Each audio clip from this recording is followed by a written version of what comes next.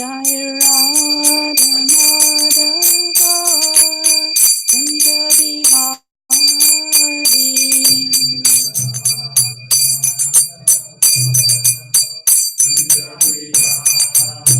Jai Radha Madhava Kunja Bihari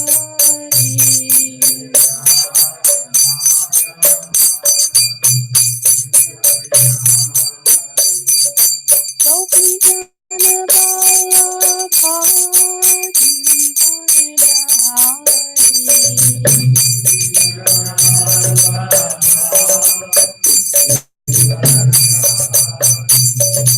Gopi Jana Vallabha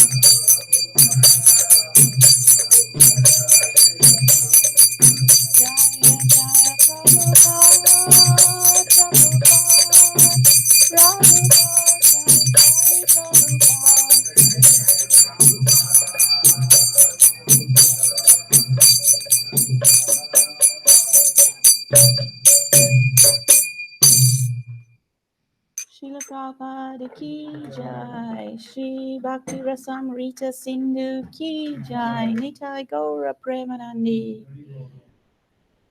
Om Namo Bhagavate Vasudevaya. Om Namo Bhagavate Vasudevaya. Om Namo Bhagavate Vasudevaya. Om Namo Bhagavate Vasudevaya.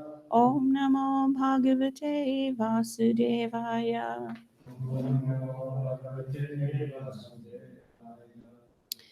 Welcome to chapter 3 of the Nectar of Devotion. Oh dear sharks. So let's repeat this prayer to the six Goswamis together. Nana Shastra Vicharanai Ganipuno Sadharma Samstapako Lokanam Hitakarino Tribhuvane Manyo Sharanyakaro Radha Krishna Padaravinda Bhajana Mandena Mataliko Vande Rupa Sanatana Raghuyugo Shri Jiva Gopala Go. I offer my respectful obeisances unto the six Goswamis, namely Sanatan Goswami, Shri Rupa Goswami, Shri Raghunath Bhatta Goswami, Sri Raghunath Das Goswami, Sri Jiva Goswami, and Sri Gopal Bhatta Goswami, who are very expert in scrutinizingly studying all the revealed scriptures with the aim of establishing eternal religious principles for the benefit of all human beings. Thus, they are honored all over the three worlds, and they are worth taking shelter of because they are absorbed in the mood of the gopis and are engaged in the transcendental loving service of Radha and Krishna.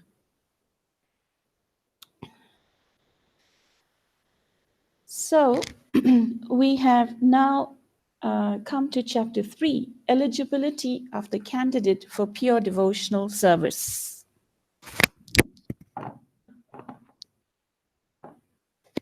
Pardon me.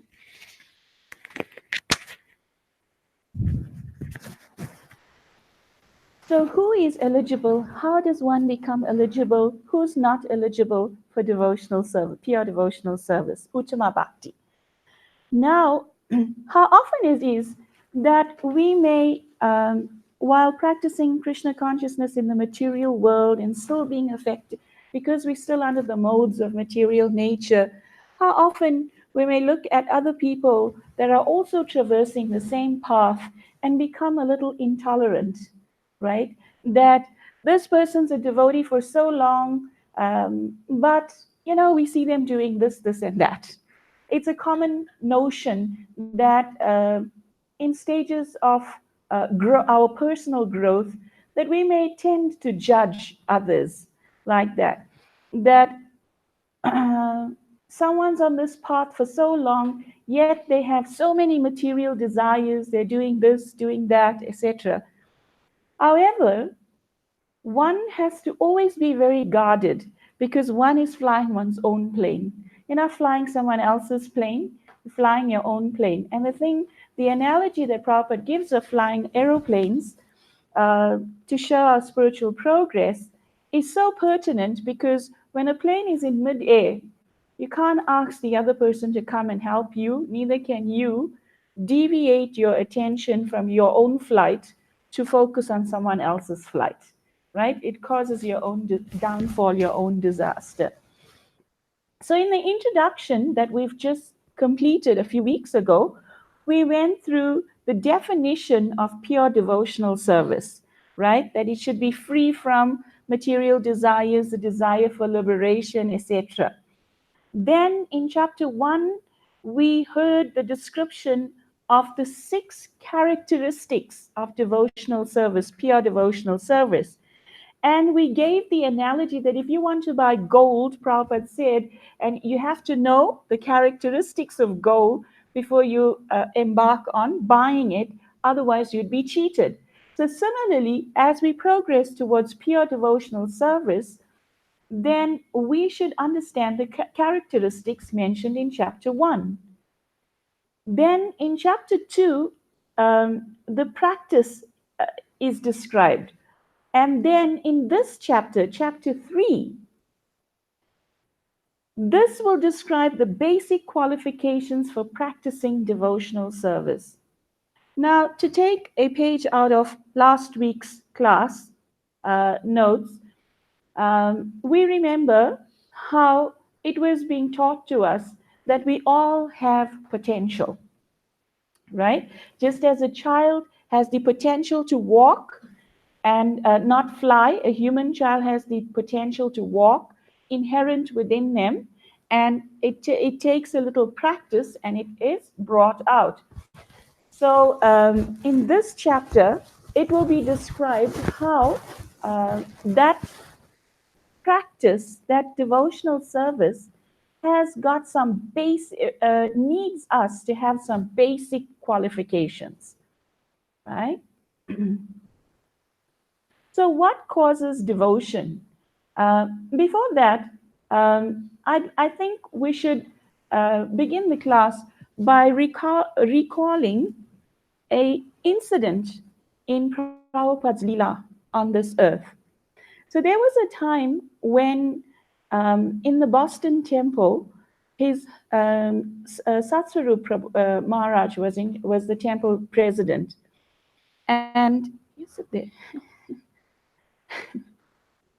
So what happened was that they had a devotee who had joined the temple as a full-time devotee, and he had this habit that every day he would wake up, and at the entrance of the temple there was a somewhat narrow passage like the one out there, and this devotee would stretch himself across the passage and exhibit very lethargic behavior. So many devotees in the temple were concerned that this is bad publicity. It's bad because, Prabhupada said the temple's not for lazies and crazies, and he's so lazy and he's crazy, because he's not listening to the rest of the devotees when they try to tell him not to do that. But this devotee would always have a book of Srila Prabhupada's in his hand. And at one point in time, they had some temple council meeting of some sort, and they decided that Sasarup Maharaj would write to Srila Prabhupada and would ask him what to do with Bhakta Peter. The man's name was Peter. So Sasarup Maharaj wrote a letter delineating the behavior of Peter, who had joined the temple as a full-time devotee. And he mentioned that Peter's behavior is bad, and he wrote all the negative things. And Srila Prabhupada's response was in one sentence. Who knows the sentence? Srila Prabhupada said, by this time the devotees had actually called Bhakta Peter Crazy Peter. And Srila Prabhupada's response to the complaint about Crazy Peter was, what's the matter? Can't you tolerate? What's the matter? Can't you tolerate? So for the purpose of today's lesson, let that phrase echo at the back of our consciousness. What's the matter? Can't you tolerate? Right? And one time, in another instance, a devotee had written to Srila Prabhupada that he's so fried and he wants to leave the temple. And he told Prabhupada, and Prabhupada said, you can leave, but I have to stay, right? Now, concerning Crazy Peter, something very amazing happened. Crazy Peter went on to become Kushakrata Prabhu, who translated the Nectar of Instruction and many of the Goswami's books from Sanskrit to English. And for years, Kushakrata Prabhu, Crazy Peter, who Srila Prabhupada said, what's the matter? Can't you tolerate? Didn't kick him out like everybody was thinking to do. He became such a valuable asset to this mission of Krishna consciousness that he performed the service of getting all the Goswami's books and translating that for us in English. For many years, he stayed under very austere circumstances in Vrindavan, and he rendered this service. And he left his body in Vrindavan eventually. So, What was his eligibility? He was crazy. He was lethargic. How come he became eligible for Krishna consciousness? We'll find out in today's class that and a little more about eligibility. So, what causes devotion? Srila Prabhupada writes that one may attain a little bit of attraction to Sri Krishna, but at the same time may remain very much attached to fruitive activities and material sense enjoyment. Such a person, if he has unflinching attraction to Krishna, becomes an eligible candidate for discharging devotional service. So remember, earlier on, we were saying it is so easy and it is so common to hear or to think for oneself, what's the problem with these devotees? They have so many desires. They're not being so diligent in their practices. They're exhibiting so many material desires. But now, to come to the platform of imbibing that statement, what's the matter? Can't you tolerate? Prabhupada clears the cloud of our consciousness here. That if a person is still attached to fruitive activities, he's still attached to material sense gratification, but who is his worshipable object? Krishna. Doesn't go anywhere else. He's still fixed on the path. He has an attraction for Krishna. Then he has eligibility, right? He has eligibility for discharging devotional service.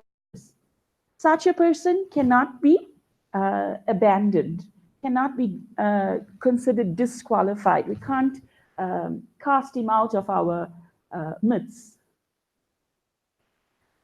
So, what causes devotion? Srila Rupa Goswami substantiates this by quoting Lord Krishna's statement to Uddhava, my dear Uddhava, only by exceptional fortune does someone become attracted to me.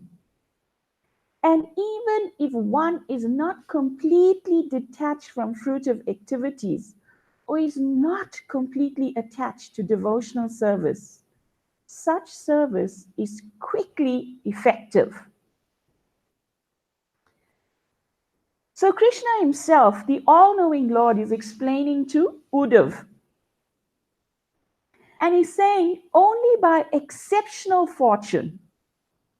So it's not an ordinary thing.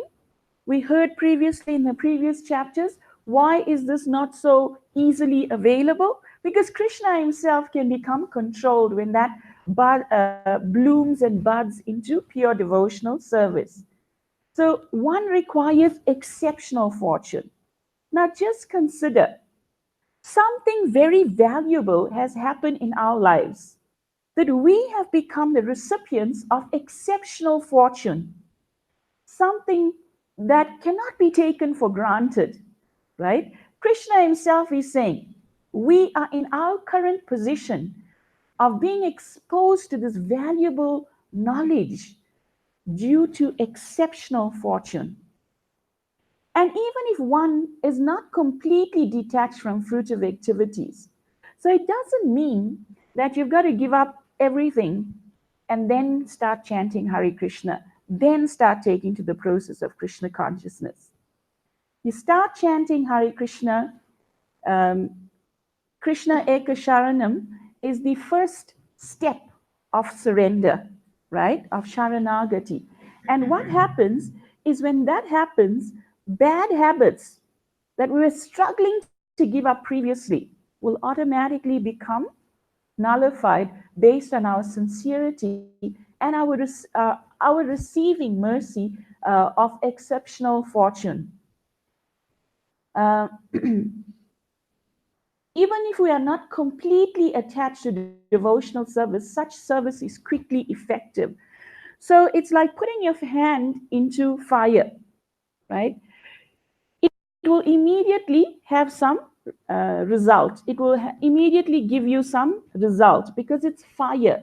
So the fire of devotional service, what does it do to the seeds of sin in our heart we heard last week? it roasts them so that they can't take root again. So even if one has a little attraction and comes to Krishna consciousness and stays on the path, such service, even though it is not purely executed, is effective. Therefore, Srila Prabhupada, first of all, says, on account of his association with Mahatmas or great souls, 100% engaged in devotional service of the Lord, one may attain a little bit of attraction for Sri Krishna. So one time, one devotee, on account of his association with Mahatmas or great souls, 100% engaged in devotional service. So if you become that devotee who's 100% Krishna conscious, you have a ripple effect on everyone that meets you. Your responsibility in human form of life, after having come in contact with this extraordinary, exceptional mercy package of Krishna consciousness, is that you imbibe it, and by your presence, it will affect the planet, it will affect everyone around you. Prabhupada said if he had 18 devotees, if he had 18 pure devotees, or so he gave some number like that, if he had 18 pure devotees, he would be able to control the planet. Am I right? So Srila Prabhupada had so much of faith that if devotees do this, if they'll create the waves of devotion that will affect or engulf everybody else, right?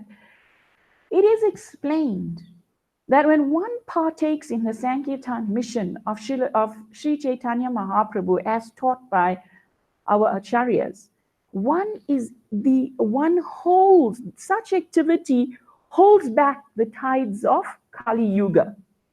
So even though Kali Yuga is coming, the sinful tides are coming so forcibly at the planet, at everybody in existence, the practice of Krishna consciousness has the ability to hold back the tide of Kali.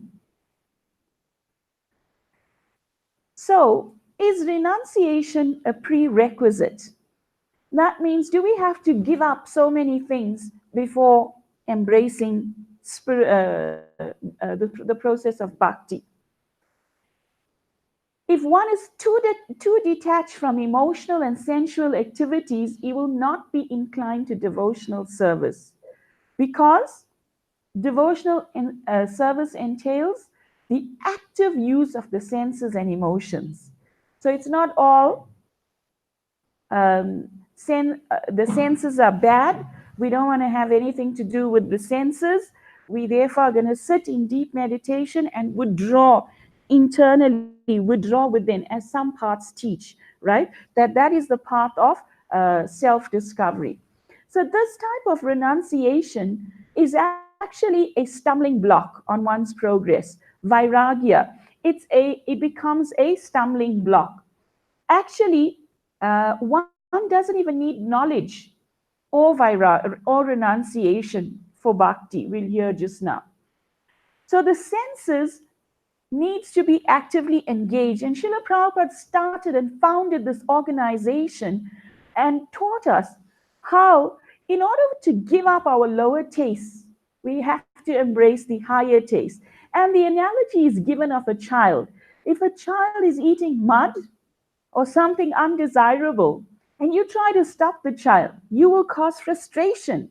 Similarly, the senses are attracted to so many lower tastes.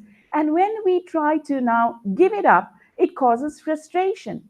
The analogy explains that if you give the child an ice cream, perhaps, which is a higher taste in his frame of mind, he will automatically give up the eating sand and embrace the ice cream.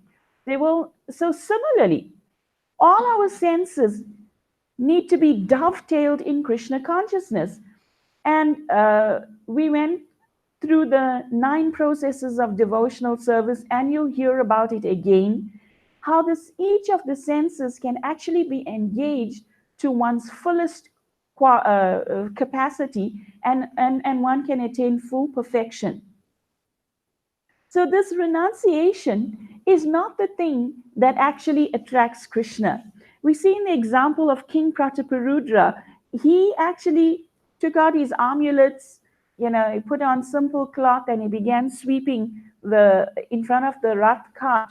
But still Chaitanya Mahaprabhu did not want to have anything to do with him because he said he's a worldly man.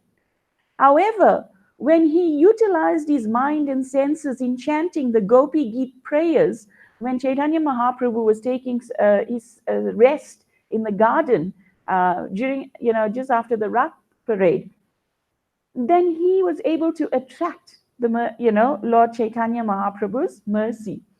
So it requires more than just renunciation. Actually, in 3 grades of eligible candidates are now going to be explained to us. But as previously described, the impetus for Vaidhi Bhakti is scriptural injunction. Therefore, one's knowledge of and the faith in scriptures is a major consideration in determining one's eligibility to advance. A person's depth of faith and knowledge places him in one of the 3 categories of candidates: Kanishta, Madhyam, or Uttam. So one thing that just got my mind, renunciation and knowledge, Vairagya and Gyan, they are actually sons of Bhakti Devi. So the goddess Bhakti Devi, she at one point in time was actually looking like a very depressed person, crying, and in the presence of 2 elderly people. And when Narad Muni saw this, Narad Muni asked her, "Who are these people and why are you in such a state of despair?" And the story is mentioned, by the way, in the Srimad Bhagavatam Mahatmya, the book that glorifies the Srimad Bhagavatam. It's spoken by Lord Shiva to Parvati. And Narad Muni, the story goes like this, that Gyan and Vairagya are dependent on Bhakti. They're the sons of Bhakti Devi. And in order for them to be revived, Narad Muni had to go to the 4 Kumaras, etc. And he got advice that they should, for their revival, for the revival of Gyan and Vairagya, and for Bhakti Devi to become happy, they have to go to Haridwar and hear the Srimad Bhagavatam. So here it's explained that faith, therefore one's knowledge of and faith in the scripture is a major consideration in determining one's eligibility to advance. So I think it's the 16th chapter of the Bhagavad Gita, and I think it's text 24 or 26. It's clearly explained by Lord Krishna how if one follows the religious principles without following scriptural injunctions, what happens? It leads to chaos, right?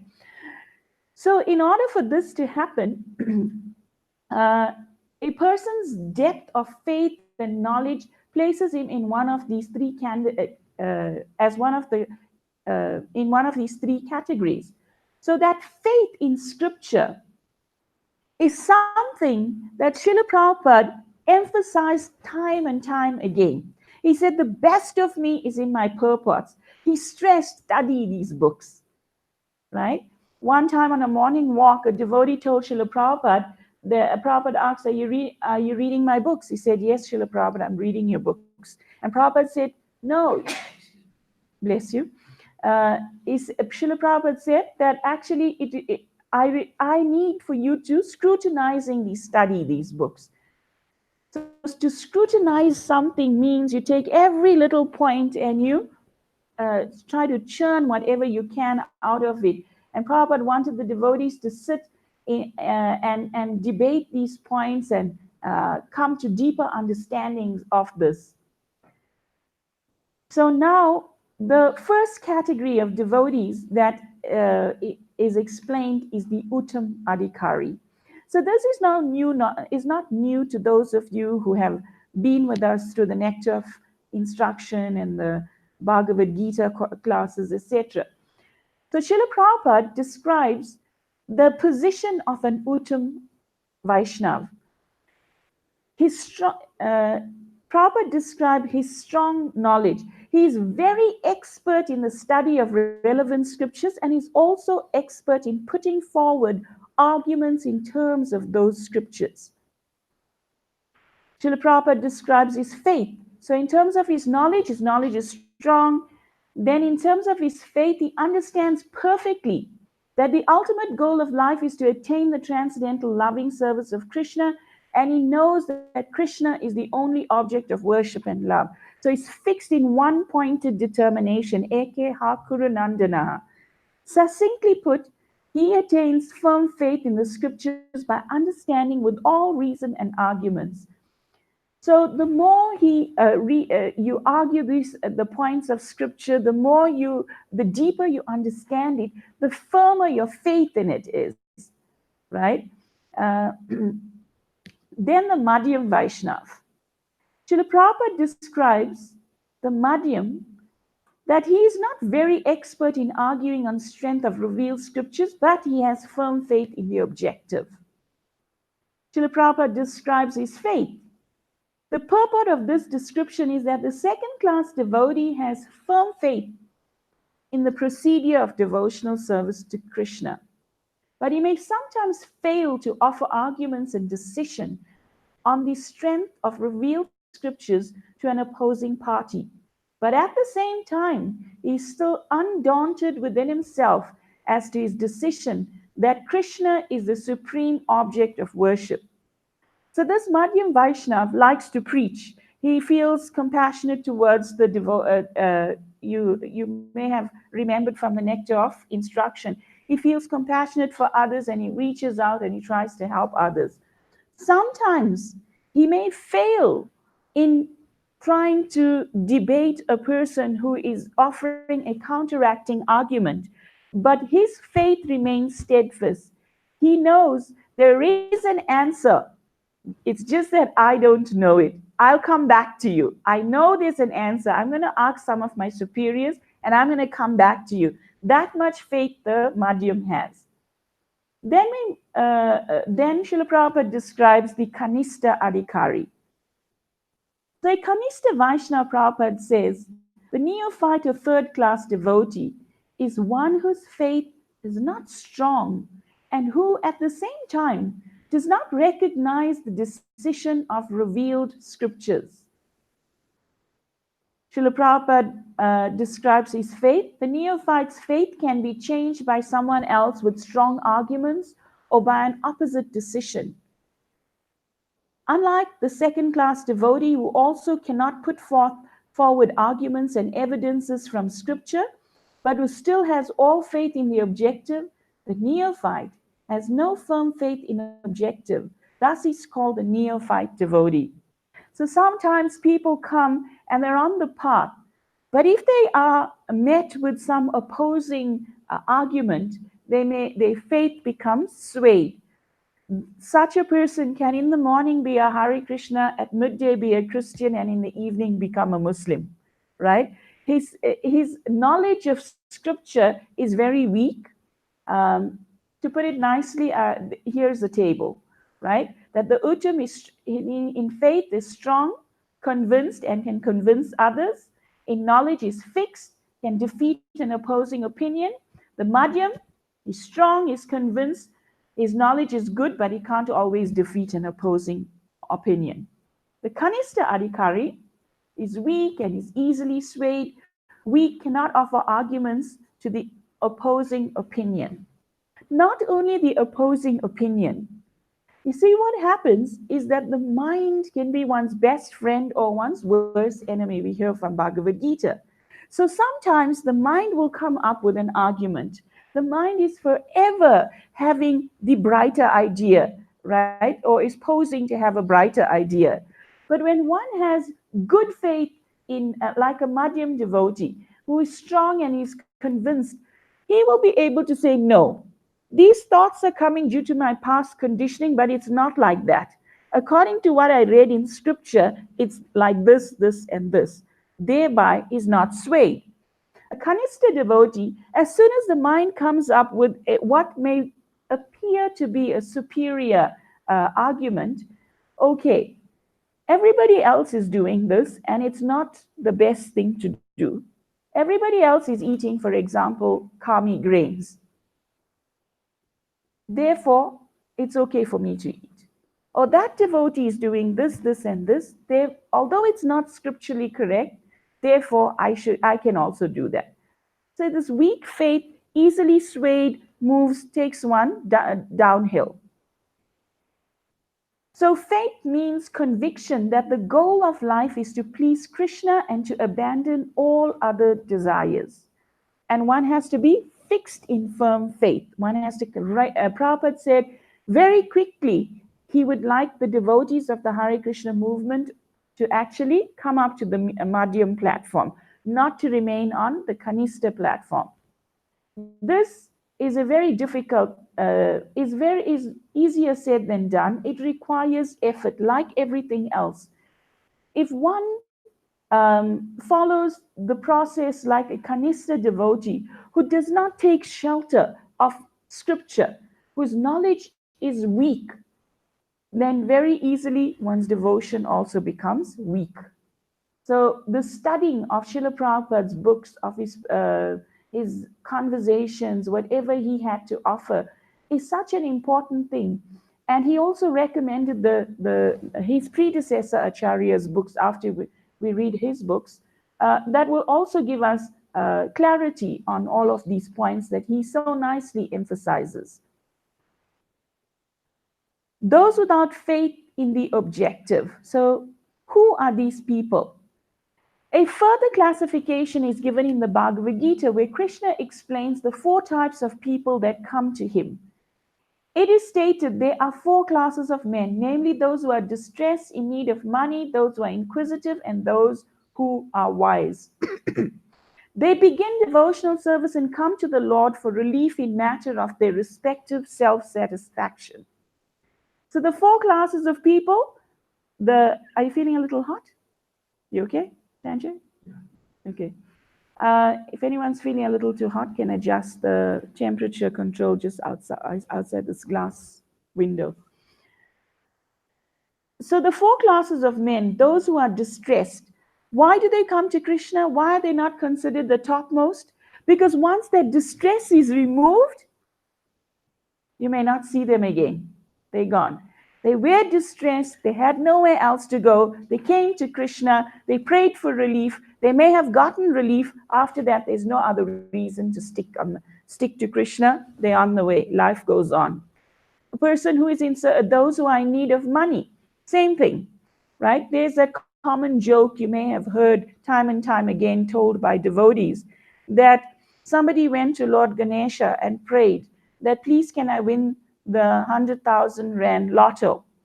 And then they made a pact that I'll give 50% to you and I'll keep 50%. And sure enough, his number was called up, but he won not 100,000, he won the 50,000 lot. And then his friend said to him, you remember your bargain that you're going to give the 50,000 to Krishna? He said, don't you see? Krishna took his half and he gave me my half. So once you get, so those who pray to the Lord for money, as soon as they get it, their minds become overtaken. They have so many things and so many plans that they may have for the money. So there's no need to worship Krishna thereafter.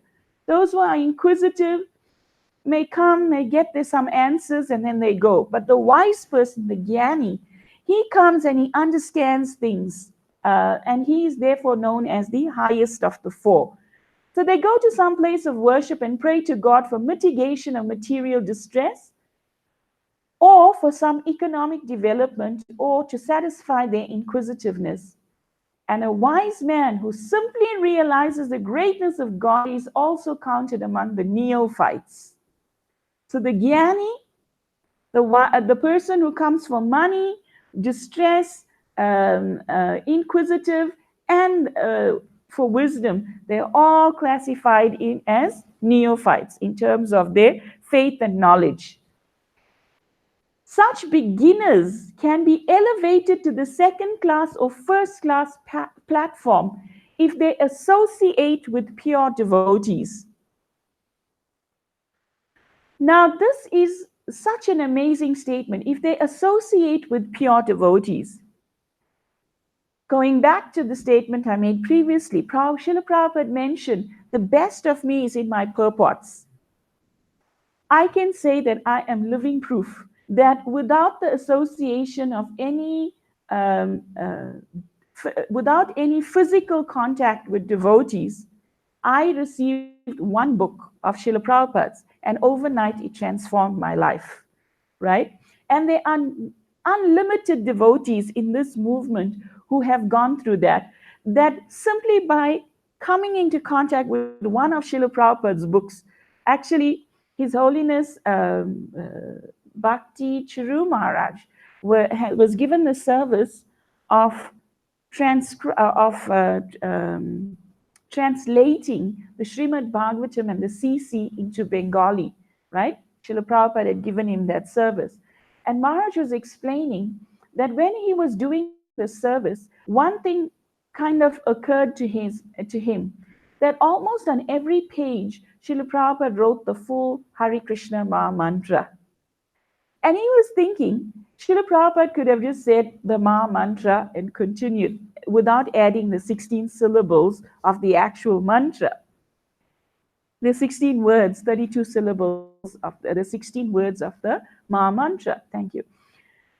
And Maharaj was saying that he thought about it and then he realized that Srila Prabhupada did this because even if one page of the book is torn and somebody and reaches some person, he will get the Maha Mantra, right? If the book falls apart and a page goes missing and someone comes into contact with one page, the Maha Mantra, which is the Yuga Dharma, is given to him. How magnanimous is this process given by our acharyas, right? So such beginners can be elevated to the second class or first class platform if they associate with the pure devotees. So one can stay stuck on the platform of Kanista if one does not take this opportunity to hear, right? If one thinks I know everything, I am satisfied with my own mentality. You see, the mind is the thing that has brought us into this material world. We've taken shelter of the mind for lifetimes and lifetimes. And where has it led us? To be stuck in the same samsara, in the same circle. Now, if we try to, many an intelligent man has made the statement that a problem cannot be solved by the same mentality it was created. So we have created our own problem. We've ended up in the cycle of repeated birth and death. Now, to undo that, we can't do it with the same mentality that caused the problem. We've got to reach out to a source that is beyond the problem, right? And that is the association with the pure devotees. And if there's no devotees around, one time they asked Srila Prabhupada, how many pure devotees are in the movement? And Prabhupada said, how many followers do I have, right? So the potential for purity is within every person. Even though we may be rascals, if we simply deliver Srila Prabhupada's message, it has effect on somebody else. There was a devotee in Soweto, and I forget his name. You remember him? He used to drive a sports car to come to Hillbrow. Anyway, this devotee, very nice gentleman, he was a big businessman, but he was a drug dealer. So he made a lot of money from drug dealing, but he also knew a lot of people. And he also came in touch with Srila Prabhupada's books. So he became convinced that the process of Krishna consciousness is the thing to perfect one's human existence. So what he did was that he started distributing Srila Prabhupada's books to his customers, anyone he met. He couldn't stop himself. He started preaching, even though he was a drug dealer. And as a result, he made most of the devotees in Soweto into devotees, right? It was most of the adult devotees in Soweto who became devotees came through that devotee. I'm so sorry, I forget his name. Maybe Ray? No, I'm not sure. Anyway, he was a very nice devotee. So this association with the pure devotee, even if you're just if you're just a postman of this purity, it can have effect. So those without faith in the objective, what happens to them? An example of the neophyte class, don't faint, Maharaj Dhruva, right? He was in need of his father's kingdom and therefore engaged himself in devotional service to the Lord. Then in the end, when he was completely purified by the mercy of the pure devotee, who? Narad Muni, he declined to accept any material benediction from the Lord. When Krishna came in front of Dhruva Maharaj, he uttered the prayer that whatever he was striving for was like broken pieces of glass, right? And now, when Krishna appears in front of this neophyte within inverted commas, Dhruva, he actually became transformed. Vishnu touched his conch shell to his head, and he started uttering these beautiful prayers in praise of the Lord, and thereby he actually became elevated from that platform. But he was in the situation of approaching Krishna for something he didn't have, for something material, a kingdom larger than his grandfather's. Can you believe that? Right? Then the other person is Gajendra. Gajendra was distressed. Why? Because for something like 18,000 years, he'd been battling a crocodile in the crocodile's uh, uh, land, right? In the water. And he prayed for Krishna for what? For protection. After which he became a pure devotee. Similarly, the four Kumaras, Shanaka, Sanatana, Sanandana, and Sanat Kumar, were all in the category of wise, saintly persons, and they were also attracted by devotional service. A similar thing happened to the assemblage in Naimisharanya forest headed by the sage Shonaka. They were inquisitive and were asking Sutta Goswami about Krishna. So, no matter where you start, it's about not how you start the race, they say, it's how you finish the race, right? So, they accepted the instructions of the pure devotees. You remember in just now, Srila Prabhupada told us, by the association of pure devotees. So we see in these four examples, in order to rise higher, to elevate their consciousness, they took the association of more advanced souls, and they actually became uh, uh, uh, elevated out of that platform of neophyte mentality. Those without faith in the objective. Thus, they achieved the association of a pure devotee and became pure devotees themselves. So that is the way of elevating oneself, right? Can you remember how Srila Prabhupada explains that an iron rod, which is rusty, like us, our hearts, it's rusty. There's so much of lust, greed, anger, malice, jealousy, hatred, etc. So that rust, when it is washed off, the attraction to a magnet is easy. When it's covered and coated by all kinds of things, all kinds of consciousness, etc., the attraction is repelled, is not there. So the method of elevating oneself is that you have to become pure yourself by the association of someone who's pure. In whatever condition one may be, if he is fortunate enough to associate with pure devotees, then very quickly he is elevated to the second class or first class platform. So, like in all types of addictions or lower consciousness states, the first principle that is required of the per individual is admittance. We have to admit, it takes humility to admit that I cannot make it myself. I'm fallen. My mentality has brought me into this situation, and thereby the same mentality can't take me out unless I accept the help of somebody else who is on a higher platform. So in this ocean, which has got so much of turbulence, you remember I was telling you in one of the previous classes that Kaushalya, when she was having some difficulty, she went to Srila Prabhupada and she said, you know what, I want to leave. And Prabhupada said, you're looking for a smooth sail in a turbulent ocean, right? There'll always be turbulence. So what is the clutch for us? The Bhaktivedanta purports have the ability to actually pull us out. Are we going to be able to use our intelligence to reach to these purports, or are we just going to think it's going to happen automatically? That is actually the question we should ask ourselves, right?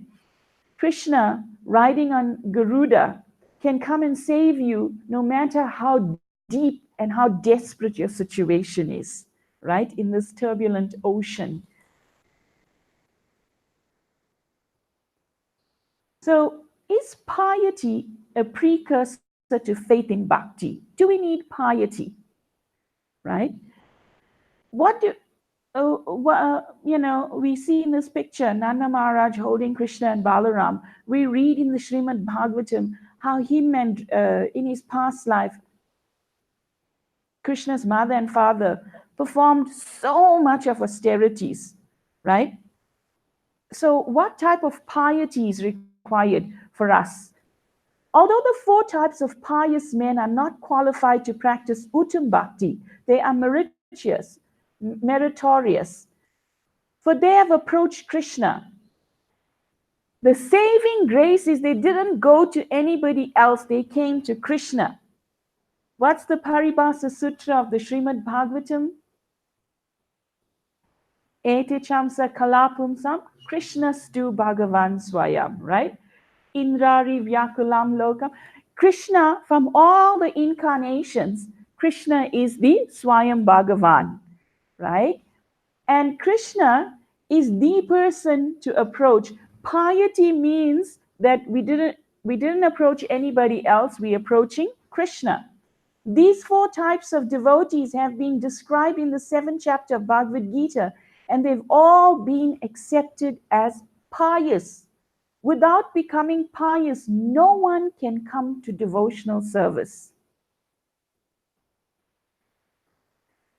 Without becoming pious, no one can come to devotional service. You've got to start somewhere, right? And Prabhupada is saying this.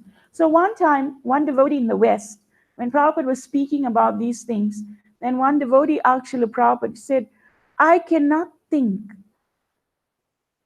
in this entire lifetime of any activity that I have performed that is even a fragment or a shadow of pious activity.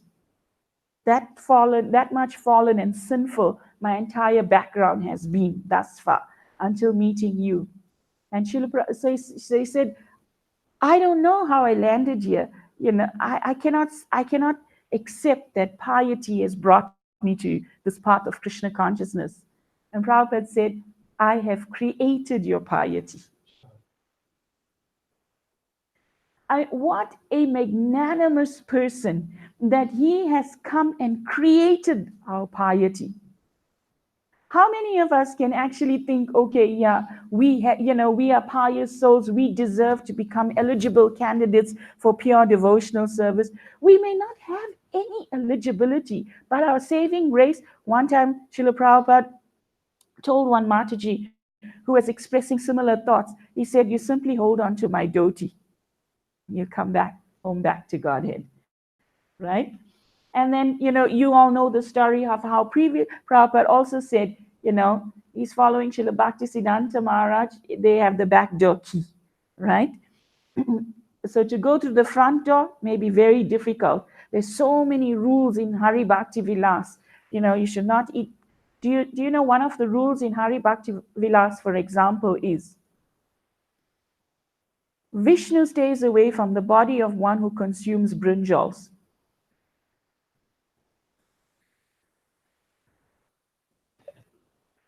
Right? So now, brinjal is famous in many people's cuisine. Why? Right? Srila Prabhupada himself used to eat fried brinjal with khichdi in the mornings, on winter mornings. He asks his cooks to prepare this. So the saving grace of following an acharya steadfastly is that he has the ability to reach and pull us out. That if he says chant 16 rounds as opposed to 64, he tells you, okay, you can eat carrot. Here's a recipe for carrot halava on Ekadashi. Prabhupada gave that to the devotees, right? But you find in Hari Bhakti Vilas, all these things are prohibited, right? But, huh? But the saving grace is that Srila Prabhupada actually has the ability to protect us from the reaction that one may otherwise incur when one does these things. So the magnanimity of Srila Prabhupada and following whatever he told us as his instructions may appear so simple, but they're so deep. They're so deep. Unfortunately, the other day, one devotee was telling me, a devotee child said, I don't read Srila Prabhupada's books. I just read my Guru Maharaj's books. And Prabhupada did instruct his disciples to write, he told so many of his disciples to write books. However, the potency of Srila Prabhupada's books is so unique that if one actually shuns this, and if we in this generation don't stress this importance, don't repeatedly speak about this, we will not leave a solid legacy for the generations to come. Eventually, they may walk into the temple room and say, who's the old man at the back? Because I have my idol and I'm following my idol.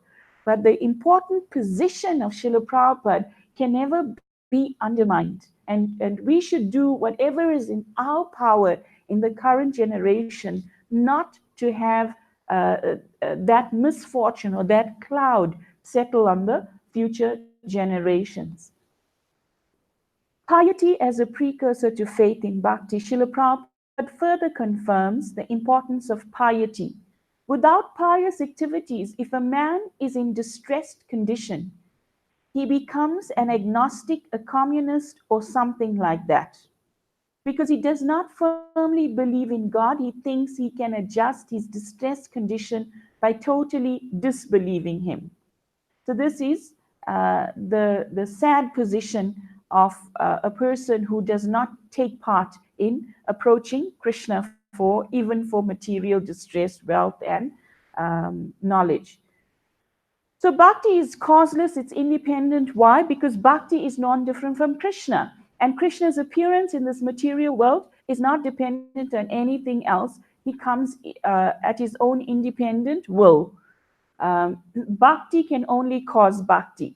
So bhakti is causeless and independent. It cannot be the result of ritualistic pious deeds. Therefore, the piety mentioned above refers to previous devotional service, sukriti, which done knowingly or unknowingly awakens attraction to God. That is why Srila Prabhupada specifically equates lack of piety with lack of firm belief in God. So sukriti is created by the Sankirtan mission of Lord Chaitanya Mahaprabhu. They are, like I know so many devotees. One devotee from South Africa, she comes from a culture that's not Vedic culture, and her family went on holiday to Paris, and they saw, I think it was Paris, they saw the Ratha Yatra chariot, and they heard and the procession there. She came back And she joined a few years ago, the Bhakti Yoga Society at Wits University. And she became a devotee. She became one of the preachers in our movement, right? It's amazing how Sukriti, in this lifetime, the power of all of these activities within the Sankirtan mission pushes one so far up the ladder in one lifetime. What yogis aspire for many, many lifetimes is so easily made available just by every activity within the Sankirtan movement. Wisdom, renunciation, and pure devotional service. To begin practicing devotional service, the only qualification is an attraction for it. But to practice pure devotional service, one must become renounced, freed from all desires except the desire to please Krishna. Srila Prabhupada comments, it can be concluded that a person who is free from the bodily concept of life is an eligible candidate for pure devotional service. So you can choose to just be an eligible candidate, right, with some attraction. But if you choose to become attracted to Krishna and naturally follow the process with single-minded determination, and here, like Prabhupada is stating, give up material desires, become freed from material desires. Then what happens? One can actually become an eligible candidate for pure devotional service. So you don't just remain on the Kanista platform, you can actually progress to the higher realms, experience the uncovering of deeper levels of conditioning. Thus, out of the 4 persons mentioned in the Bhagavad Gita, the wise man or the jnani is the best because his inclination to approach the Lord for material bodily benefit is non-existent. The wise man or the jnani who becomes attached to Krishna does not want any return from him, either in the form of relieving distress or in gaining money. That means from the very beginning, his basic principle of attachment to Krishna more or less is love, right? So when he's hearing, he's accumulating this knowledge, love is reawakening in his heart, and thereby he becomes most eligible. So this process of sound vibration, transcendental sound vibration, Krishna says in Bhagavad Gita, touch Renu, just simply hear. So what happens is that the potency of hearing wakens one and places one in one's natural constitutional position of a lover of Krishna. So one of the side effects of such growth or such development of one's consciousness is, quoting Bhagavad Gita, Srila Prabhupada confirms that liberation from bodily concept is essential for advancing in pure devotional service. So if you want to advance, so far he's been saying how people start, right, with the piety. But if you want to make advancement, means you want to progress on this path, then freedom from, Prabhupada confirms, liberation from the bodily concept is essential. So one has to give up all one's upadhis. Sarvopadi vinir muktam tat paratvena nirmalam. One has to give up all upadhis and accept the single upadhi of das, anudas, anudas, anudas, anudas. Krishnera Swarup hoy, Krishnera Nitya das, anudas, anudas, anudas. Not just Krishnera Nitya das, right? After Brahman realization, when one is freed from material anxieties and can see every living entity on an equal level, he is eligible to enter into devotional service. So one does not let one's false ego or one's illusion of accepting the body to be the all in all, but one sees beyond the body and sees every living entity as part and parcel of Krishna. then one is able to become eligible for devotional service. So one has to thus be liberated from the bodily concept of life. Liberation from the bodily concept of life substantially deepens one's realization that the objective of life is to satisfy Krishna, not one's bodily urges. So, from the bodily concept of life, of satisfying one's senses, one understands that the principle of existence for progress is to simply please the senses of Krishna. When one pours the water on the root, Prabhupada says, all parts of the plant benefit and blossom very nicely. One tries to water each and every single leaf, branch, etc. One may not come to the desired goal as effectively. Consequently, it promotes one's adhikari, one's qualification for advancement. Liberation may therefore seem a desirable asset. So sometimes people think, nighty, nighty, give up everything, everything is nothing, my senses are nothing. And however, liberation comes automatically to a devotee as a byproduct of devotional service. One doesn't give up activities, one understands, as our acharyas teach us, that activities can be dovetailed in Krishna's service. You can't stop eating, but you eat only those things that are offerable to Krishna. You can't stop seeing, for example, but you see things that are desirable for one's advancement in Krishna consciousness. Similarly, all senses of the body are actually used for a higher purpose. In fact, Srila Rupa Goswami makes it very clear that a pure devotee must be free from the desire for liberation and sense gratification. He compares these desires to ghosts and witches. So the desire for mukti and bhukti, mukti being liberation, bhukti is sense gratification, are like witches and ghosts.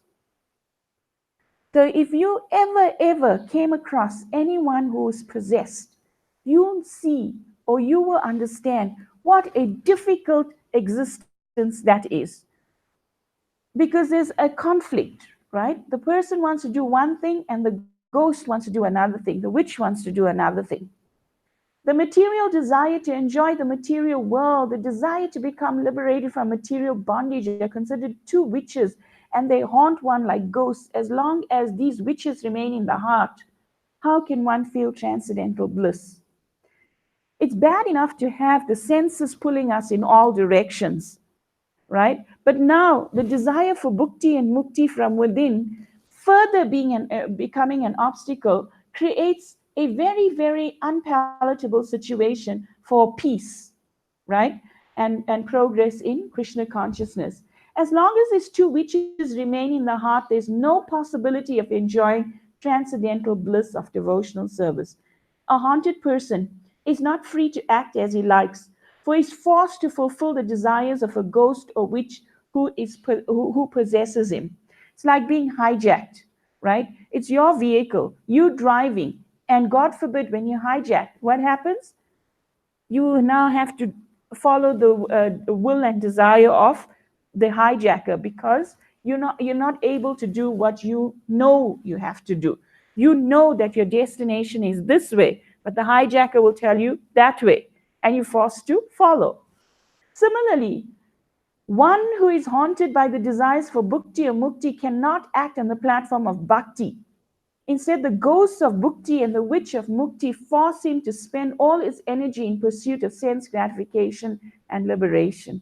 It's a disturbance, right? To think of liberation, to think about the sense gratification, bhukti and mukti actually is a disturbance within the heart. And thus, one's natural constitutional position cannot be realized easily. The desire for mukti, liberation, is verily a more severe impediment to pure devotional service than the desire for bhukti, sense gratification. Why? Why is the desire for liberation even worse. In the process of becoming detached from names, forms, qualities, and activities of the material world, one may inadvertently develop aversion to all such variegatedness, including transcendental name, form, qualities, and activities of Krishna. Because now one is negating everything. So when one comes to the platform of this negation, then one will even unfortunately think that Krishna is actually nothing. What is the goal of life? The goal of life is to merge into nothingness. Thus, the desire for mukti is most diametrically opposed to pure devotional service. And Prabhupada says very clearly, therefore, anyone who has any desire or aspiration for satisfying his senses and becoming more and more important, either in the material sense or spiritual sense, cannot actually relish the real sweet taste of devotional service. Isn't that interesting? That either in the material sense or in the spiritual sense. So the goal of our practice as sadhakas is not to become more and more important, right? The more insignificant one accepts one's position to be, the higher the development of love for Krishna becomes. Therefore, it is commonly said, the further down the line you are as servant of the servant of the servant of the servant of the servant, the higher your eligibility to receive mercy is. You know, it reminds me of when Shishupal in the assembly of the Kurus, he did not want Krishna. When Sahadev or Nakul stood up and said, Krishna in this assembly is the most qualified person to receive the Argya first. Shishupal, he objected to this, right? Now, if Krishna receives, and you find, if Krishna receives the Argya first, then everyone else will get the Maha Prasad. That's why you find even Prabhupada very nicely introduced the system also in our centers. I think, Prabhupada in one letter he explains that if a senior person is present, they do the Guru Puja, right? So if somebody actually, if we're in an assembly and the senior most person is offered, for example, the ghee lamp, it becomes more glorious because now we get the Mahaprasad becoming the Mahaprasad of a Vaishnav, becoming the Mahaprasad of the next Vaishnav, the next Vaishnav, the next Vaishnav. So if I get it offered last, I'm more fortunate. You understand that? With the flower, with everything like that. So liberation comes automatically. So the conclusion of this section is the only qualification to begin devotional service is the mercy of a devotee who enthuses one with attraction to the Supreme Lord. So our only qualification is that we hold on to Srila Prabhupada's dhoti, we hold on to the Bhaktivedanta purports, we swim deeply in the purports of Srila Prabhupada's books. And what happens? Like Prabhupada writes several times in the Srimad Bhagavatam, Krishna is walking on these very pages, right? It becomes very easy. Krishna becomes very accessible to us, even though we are so fallen. The qualification to advance in Vaidhi Sadhana Bhakti depends upon the maturity of one's knowledge and faith in scriptures. So you need knowledge and faith in scriptures. You need the mercy of a pure devotee. It's not enough to simply be following the rules and regulations and not actually getting the mercy, not hearing the purports of Srila Prabhupada. Service becomes mechanical when it does not have the addition of this knowledge of why it should be done. The qualification for practicing pure devotional service is liberation from the bodily concept of life. So when one is liberated from the bodily concept of life, what happens? One sees with equal vision all other living entities and one minimizes one's own bodily demands, and one focuses on pleasing Krishna. So one gives up sense gratification, characterized by the realization that one should abandon all desires, especially the desire for liberation, and endeavor only to please Krishna. So, how nicely Srila Prabhupada started this entire thing. First, he explained that there's hope. There's hope for everybody, right? For everyone who is on this path and attracted to Krishna in some way or the other, even though they still may they may still aspire for a material sense gratification, right? Accumulation of many things, etc., etc., etc. Such a person is still an eligible candidate for pure devotional service. Why? Because he has the attachment for Krishna. The saving grace is our attachment for Krishna. Nobody else but Krishna. And then the devotee's staunch rejection of bhakti and mukti. In the verses that follow, Srila Rupa Goswami highlights the devotee's staunch rejection for the desire for bhakti and mukti. By doing this, he hopes to protect the devotee from the subtle yet lethal desire for mukti. He quotes the verse from the Shishashtakam. Which verse is this? Ainanna tanuja kinkaram patitam mam vishame bhavamvado kripaya tava pada pankaja stita duli sadrisham vishantaya. The translation is a little different here.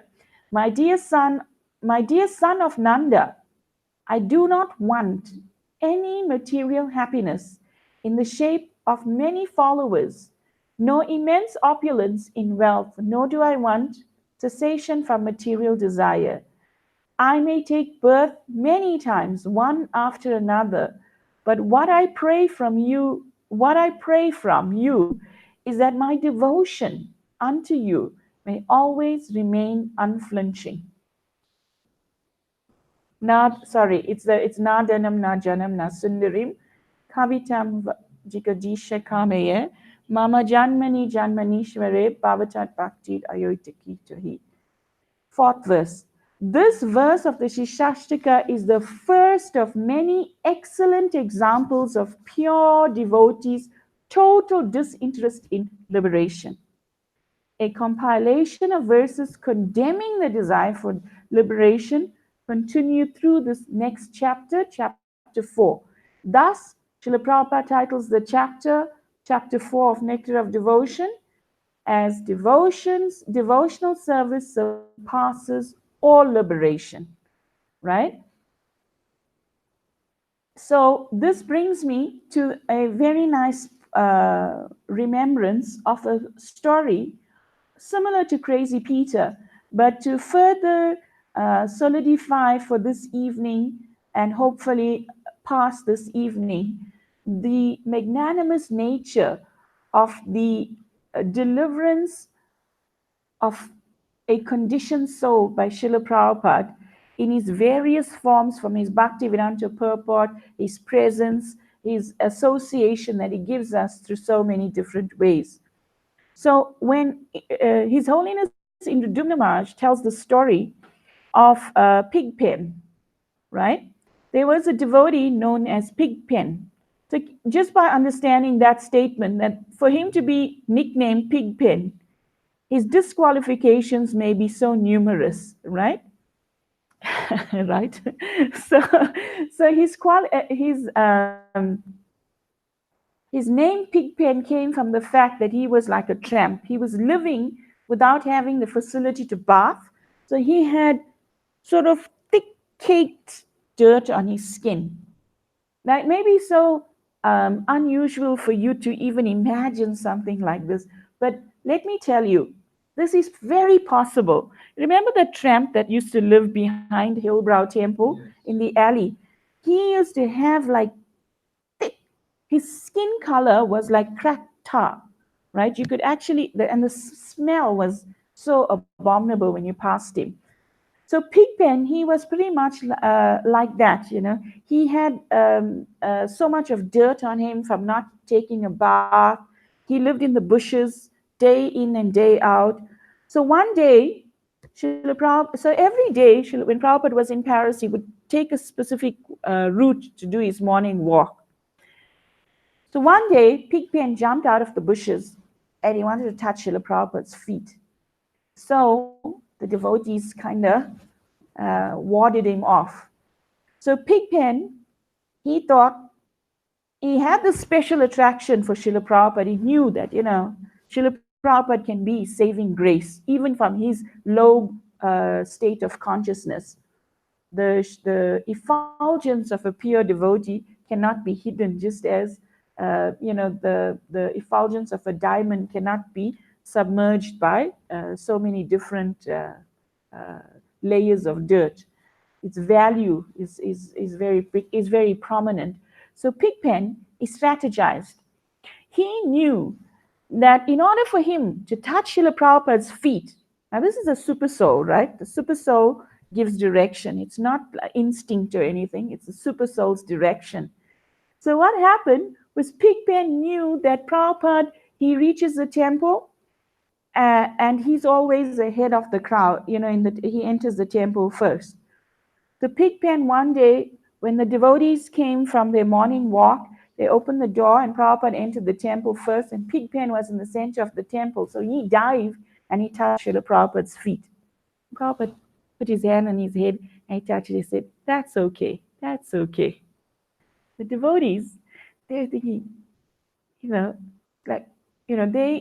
they steadfastly wanted to get him out, throw him out, like you're not eligible to be here, sort of thing. Prabhupada said, "That's okay, that's okay." If Srila Prabhupada says that's okay, who else can say it's not okay? So Pigpen got his life's mission fulfilled. He touched Srila Prabhupada's feet. So then Pigpen didn't want to leave Srila. He wanted to stay. So the devotees caught him, threw him in the shower and turned it on. Made him to have a bath. So they got him out, they shaved him off, they tried to clean him up, right? Which was a very hard thing to do. But they cleaned him up, they gave him a dhoti, and, they gave him some prasadam. So Pigpen was there. So he used to clean the pots. Pigpen could not even talk. He could not utter a sentence. So he used to make like animalistic sounds. That was the type of person he was. So one day, Indradumna Maharaj, who was the Sankirtan leader at the time in Paris, he got the van ready and they were packing the van with boxes of books, and all the devotees were jumping in. And much to their great surprise, Pigpen was first in the van, and he was sitting in the passenger seat next to the driver. The Indradumna Maharaj got in to drive, and he said, "Pigpen, you can't come." He said, "I'll go Sankirtan." So Indradumna Maharaj said, "Okay, maybe he can wash the van or something, So they couldn't get him out of the van, so they took him. So as soon as they got to the parking lot, Pigpen grabbed the Sankirtan bag. Devotees used to pack the bags and give it to each devotee. He grabbed a bag and he was out. So the devotees had left the temple very early. So they had pre-packed their breakfast and they were going to have it when they arrived at the site. Pigpen was not interested in the breakfast. He ran out and he was distributing books. And all of a sudden, the devotees, when they were taking prasad, said, "Oh, where's Pigpen?" And they looked around. "Oh, there he is. He's gonna fry the people." Some devotees said, "He's gonna fry the people.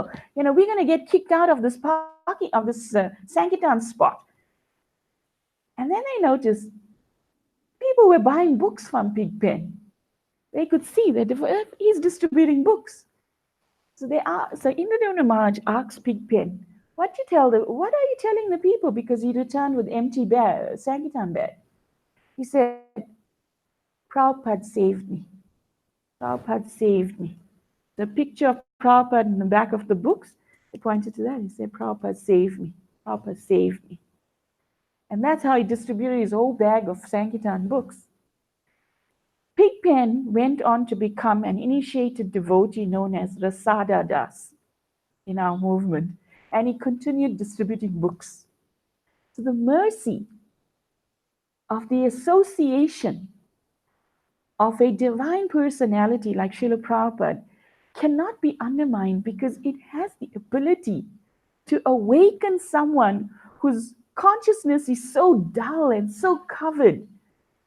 So there's, what to speak of intelligent people like all of you, these books have the ability to raise us to the highest platform, to awaken our consciousness to the most blossoming consciousness possible, right? So we have it right at our fingertips. And in this day and age, it is so easy. You don't even have to carry all your books. It's on your device. It's on your smartphone. It's on your tablet. It's on your Kindle or whatever gadget you have, and whatever gadget is yet to come into the market. It's so easy to access the books, all of this information. But the mind is very lazy. Manda sumanda matayo, manda bhagya upadritaha. In Kali Yuga, one of the things is we are short-lived, unintelligent, misguided, and we're very lazy, right? And this characteristic of laziness and the society we live in is being designed to facilitate laziness. You get instant milk, you get instant this, instant that, instant everything, right? Why? Because the modern disease is no time. So we have no time. But if we actually apply ourselves, if we, get a wake up, understand that this good fortune is so accessible to us. We don't have to travel on horseback. We have wheels that are faster than the horse can go. So we're saving time. We have so many facilities in our existence to save time. But yet we're complaining that we don't have time. So if we make time to actually read Srila Prabhupada's books, to study Srila Prabhupada's books, we make a commitment that every day we are going to do this for ourselves. You're not going to be doing it for anybody else. It's something that a gift you're going to give to yourself, to make a commitment for some time to be dedicated in this way, to plug in to this source.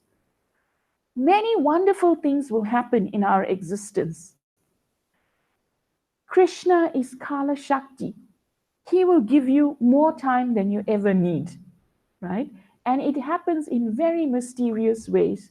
So with that story, I'll conclude and say thank you, Hare Krishna, all glories to Srila Prabhupada, and ask if there are any questions, comments, or corrections. Yes, Prabhu? Yes?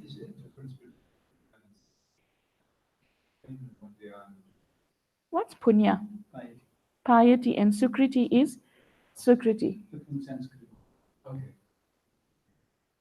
But there's different types of piety and types of sukriti. So there's agyata sukriti, is unknowing piety, unknown pious activity. So if, for example, you as a devotee, if you go to a queue and you step aside and give somebody, an old lady, way ahead, and she thinks, oh, this Hare Krishna is a nice person, she is already you created agyata sukriti in her, because she has developed an appreciation. It's a stepping stone. Someone sees the tilak, right? Someone sees a devotee dressed as a devotee, or someone touches Srila Prabhupada's books, somebody does something unknowingly, they immediately have now been promoted to a platform of agyata sukriti, unknown pious activity.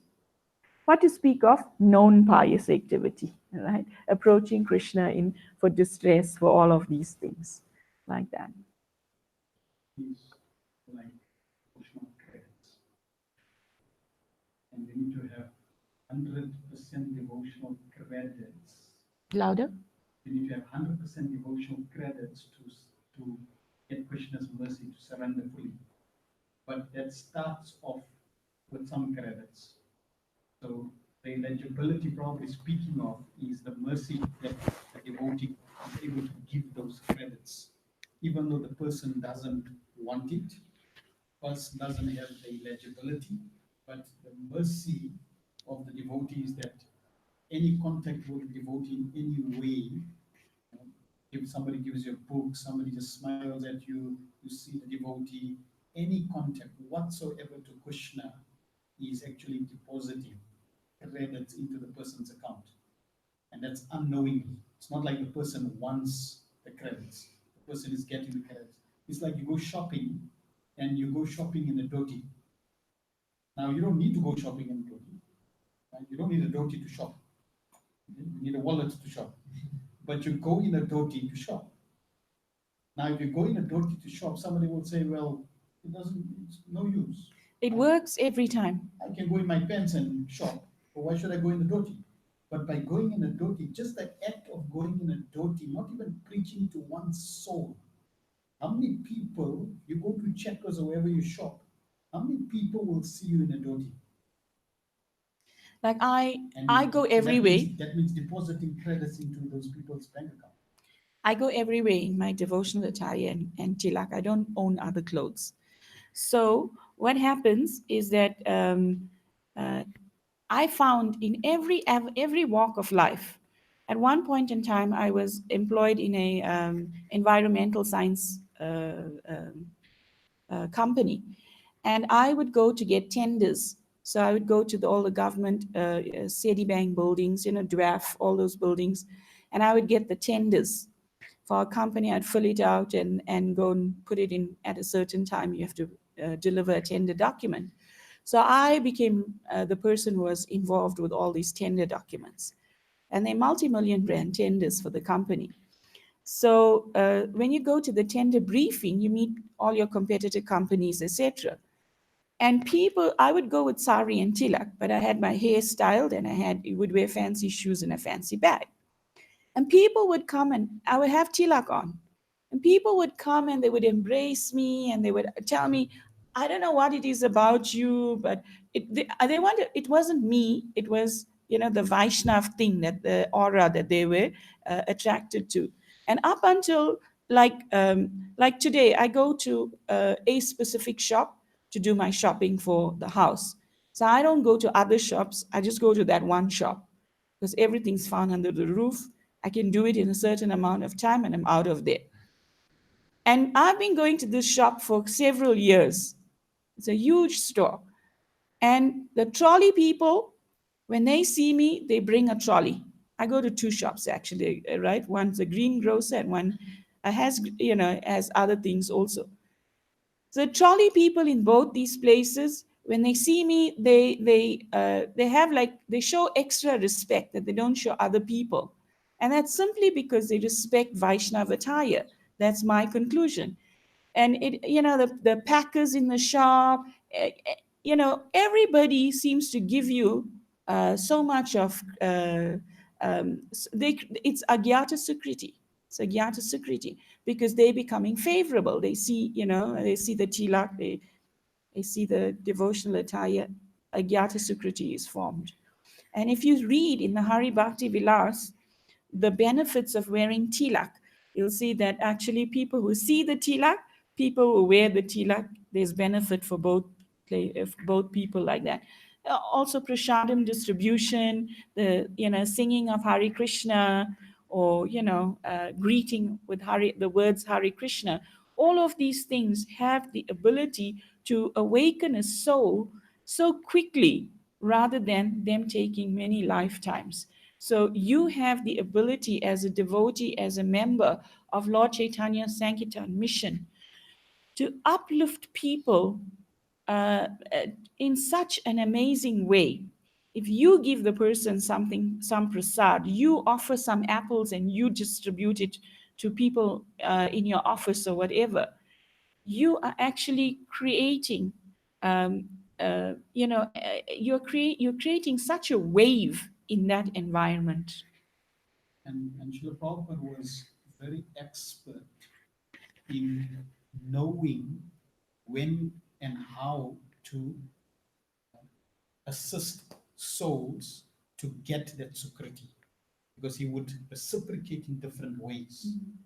And we also have to be sensitive, right? So I'll give you three examples.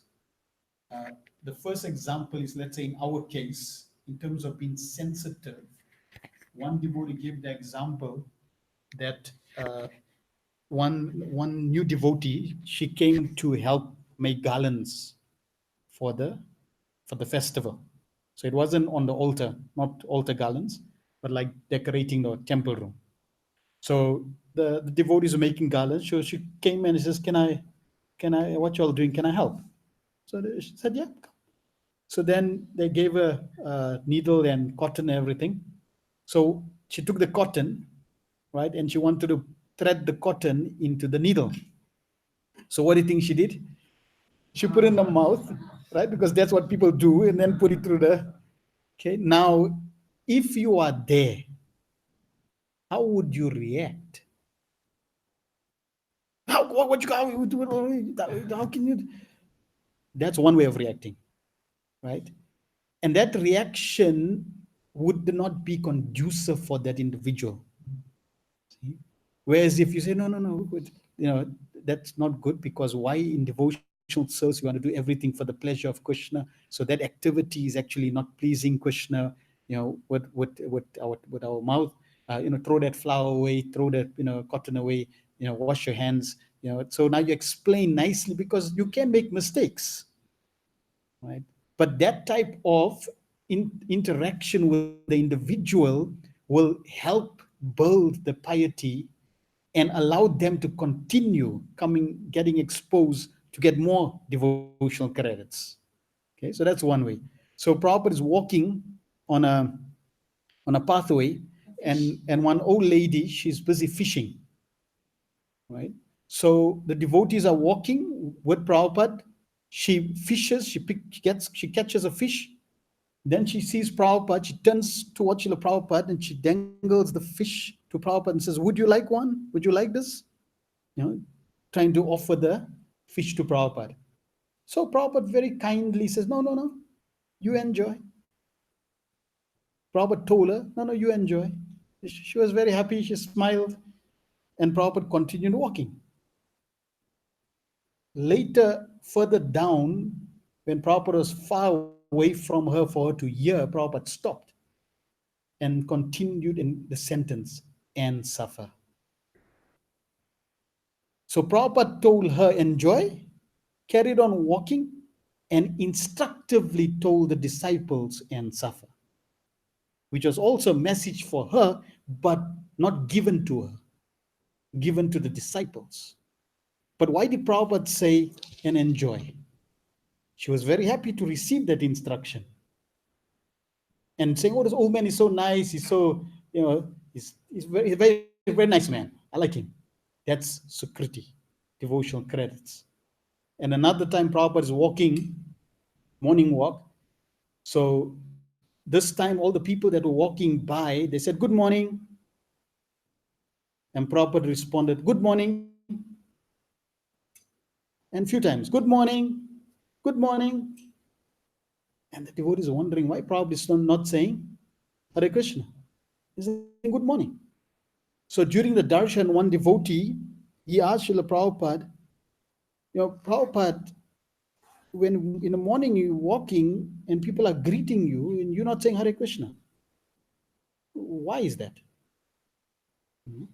Prabhupada said, because they will chant Hare Krishna. So the devotee couldn't get what do you mean they will chant Hare Krishna? So next morning, Prabhupada's walking, and this time the same people who are on the pathway, either cycling or walking, doing their morning walk, This time when they saw Prabhupada, they said, Hare Krishna. And Prabhupada said, Hare Krishna. See? So the first day, Prabhupada created their piety. Good morning, you're greeting, the reciprocation, especially with Prabhupada as a pure devotee. And that was, and because Prabhupada is no ordinary person, right? So when he deposits, he doesn't give you a small deposit. He's magnanimous, he gives you a great deposit. So his deposit is very huge. And just just reciprocating with him, got them to even chant the holy name.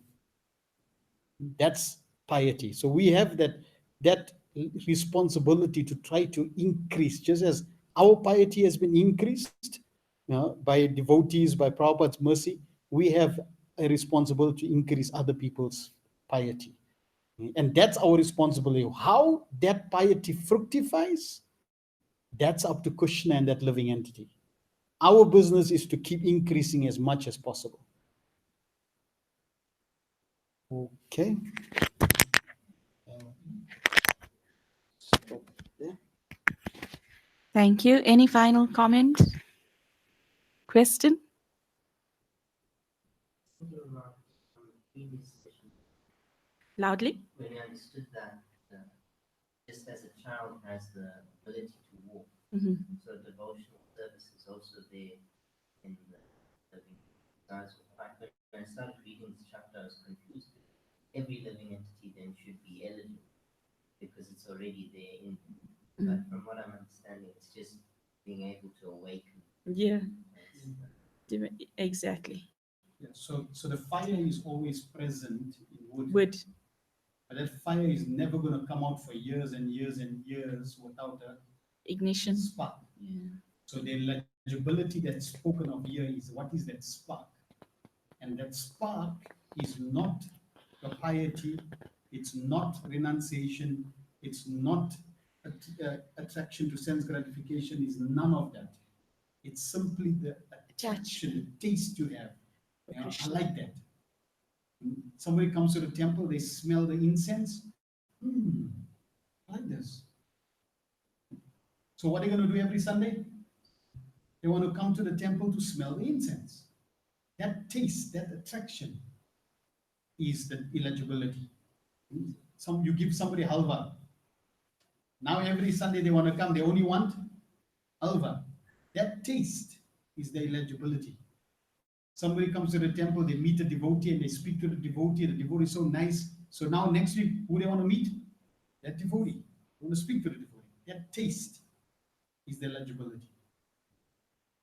Any other? Does that mean that everybody has the fire in that wood? Correct. Everybody has the devotional Potential. Because just has to be awakened. Whether the person's your enemy, whether the person's the most sinful person, more than Kamsa or Ravan, the most demoniac person has the ability. Why? Because originally everyone's a loving servant of Krishna. They're just so fast asleep. And Prabhupada gave the proof of that. He said, I came to America, right? How come you're all becoming devotees? You all have no contact with India, with Vedic culture, with Krishna consciousness. Indians, they have some background. But Prabhupada says it's more difficult to wake up Indians. Why? They're pretending to sleep. It's more difficult to wake up someone who's pretending to sleep than someone who's actually sleeping. The hippies were sleeping. The Indians, they pretending to sleep. So you wake them up, they'll make like they're still sleeping. That's the challenge. But Prabhupada said, why you all became devotees? Because the potential is there. Therefore, it's how to revive that nature.